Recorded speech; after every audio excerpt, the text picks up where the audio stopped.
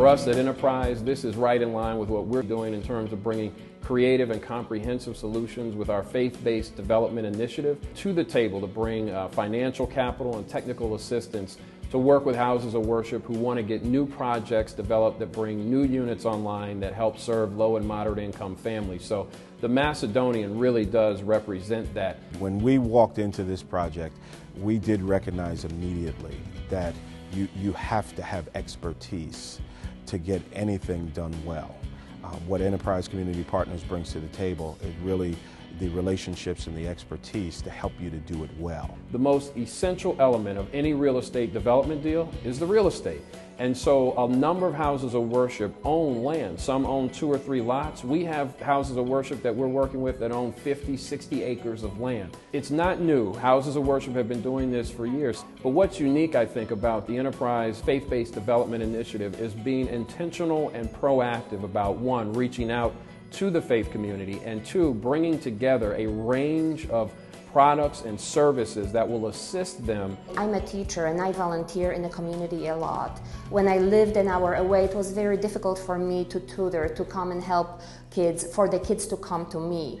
Now the door is never closed. It's always somebody needs something, they're able to reach me, I'm able to reach the children in the community or anybody through the church that I also volunteer through. So it has enabled me to accomplish all that I've always wanted to accomplish. Being able to live here is really making a difference in the way our family works. One of the things that's very unique about the Macedonian is the fact that it incorporates 1, the housing element, but 2, also the business incubator component. So it really does show a very interesting mix of how these projects can bring different components together to build up a community. If a local government is thinking about, well, should we work with houses of worship? Yes, you should, because if they're bringing the land, it means probably there's going to be less subsidy that's needed from the public coffers. And for developers and financiers like us at Enterprise thinking about, well, should we? Absolutely, because you're working with folks who are mission aligned, who want to serve the people, who are going to stick with it. So these are typically organizations that aren't here today and gone tomorrow. They've been around 50 years, 100 years, 150 years in their community. So they're not going anywhere. And so working with that kind of mission-aligned partner and then leveraging the resources they bring with public dollars as well as with private resources means that it really is a win-win. Enterprise, they brought the greatest value of all to this development, and that was the value of equity, money.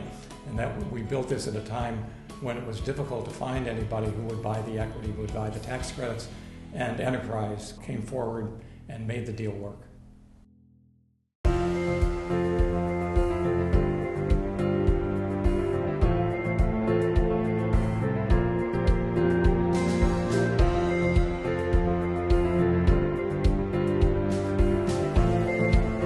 It turned out to be a wonderful place to rent an apartment because it's just across the street from my church and it's just across the street from the place where I work. This is really working for us, for a one-income family especially. The Enterprise was founded because there were 3 women out of the Church of the Savior community who wanted to provide housing for low-income persons. And so they had that passion, had that vision. Well, that's what we're doing today, 30 years later, is bringing the passion and the faith and the commitment that grows out of the faith community to the table. So it really is a marriage. It's in our corporate DNA to be about service and to have that kind of faithful passion and commitment to the cause.